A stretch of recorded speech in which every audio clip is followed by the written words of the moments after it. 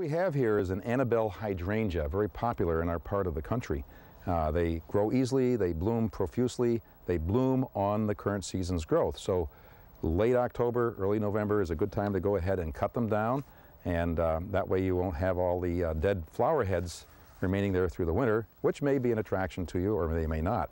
So there's a lot of opinion involved in this. You can go ahead and cut them down this fall. If you don't, you have to cut them down next spring. I prefer to go ahead and cut them down in the fall. So what we have here is a spent flower head. And what we want to do is we want to go all the way down and cut this back as far as we reasonably can here with this little hand pruner, and bingo. We cut it off very, very easily, okay? And they're easy to cut back, just a little hand bypass pruner like you see right here will do the job very nicely. And you just cut them back to little stumps like you see here, and you'll get this nice flush of growth next spring. What we have then left here is a bunch of stumps, which certainly aren't attractive, but next spring they will be flush with new growth coming out and reward you with an abundance of flowers, which everybody loves. They're completely hardy here, so we don't need to do any more with these than this. The Annabelle Hydrangea is a perfect plant for growing in our northern plains region, and rewards us generously with these beautiful flowers in the summertime.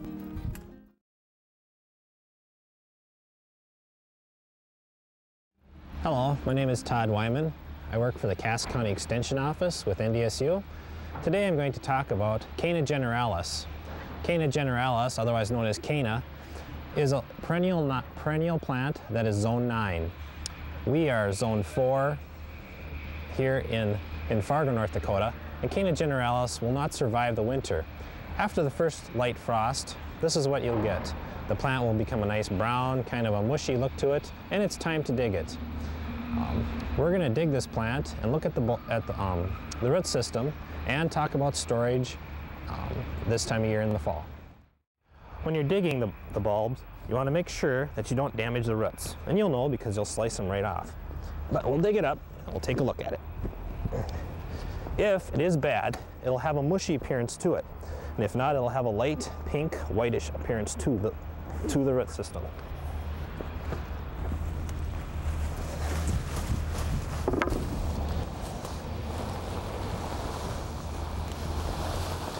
Never wash the roots of these.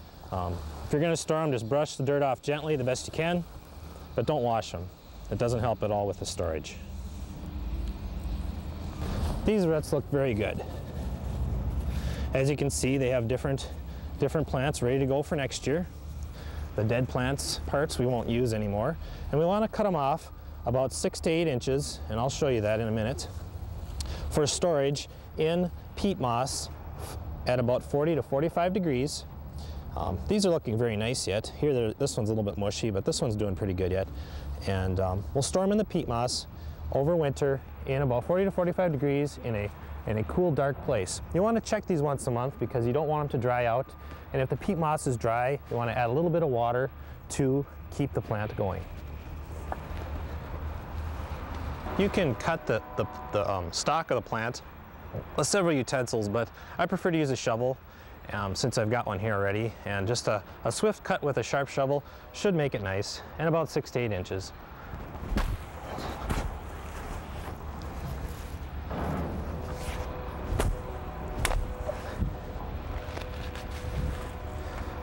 And there you go.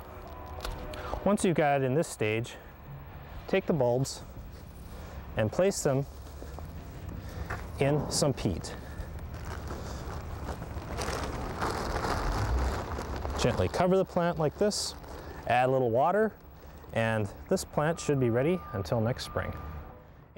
What you'll want to do is start your plants indoors before the frost, your scheduled first frost.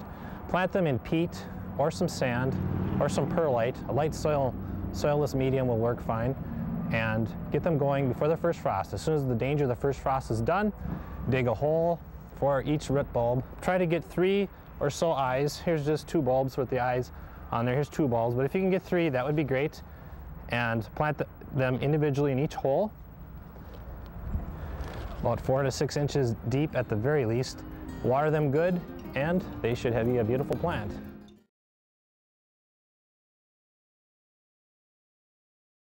Today we're going to dig up some tender perennials with rhizomatous roots, and this first one is Xanthodycia aethiopica, or what everyone calls Calla lily. A little easier to say. After the first frost, it's a nice time to dig these. If you wait too long, the roots will get mushy and be unusable. If you don't dig these, the roots will stay in the ground and nothing will come up in the spring.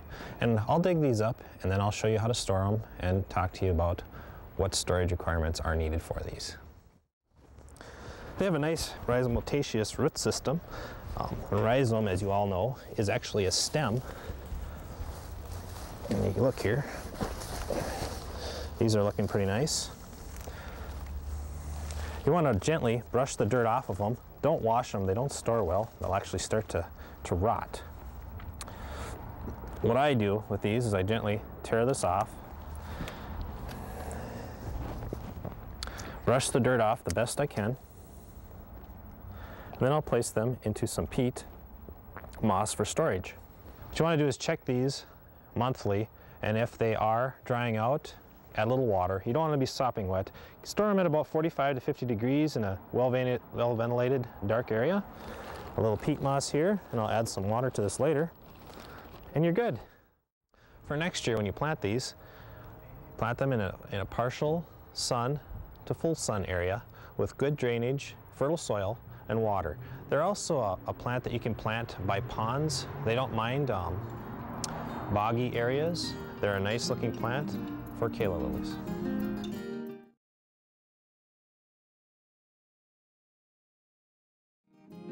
I have some bulbs here. If you look, they're nice and healthy.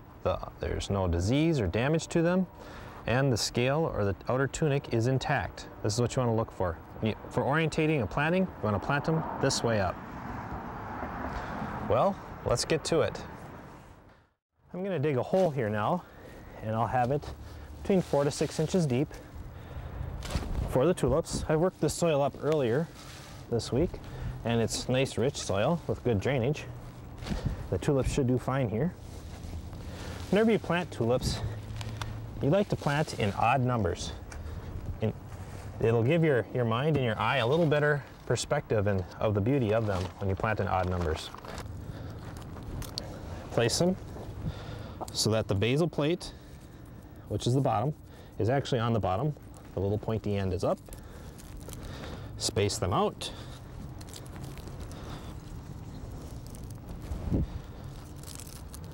And I like to add a little bone meal.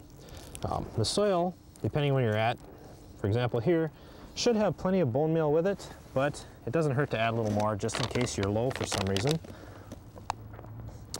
Following the directions, you apply it, according to whatever your bag says. I tend to just go like this though, just a light sprinkling. And then I add some water just to kind of make sure that just a little bit to get everything kind of soaked in there. Then I'll add some soil over the top of that. A little more water.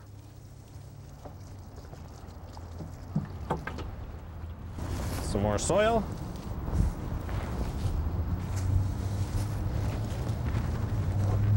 And you're done. One thing you'll want to try to do is prevent the squirrels from digging them up. There's different methods you can use. One is you can take a piece of chicken wire and place it over the top. However, in the spring, you need to remove that before the tulips start to grow, or they'll have problems working their way through the wire. The other is you can apply a mixture of ground red pepper and also ground garlic and sprinkle that over the top of the tulips, just a light dusting. There's not an exact recipe for that, and that will deter the squirrels from digging them out.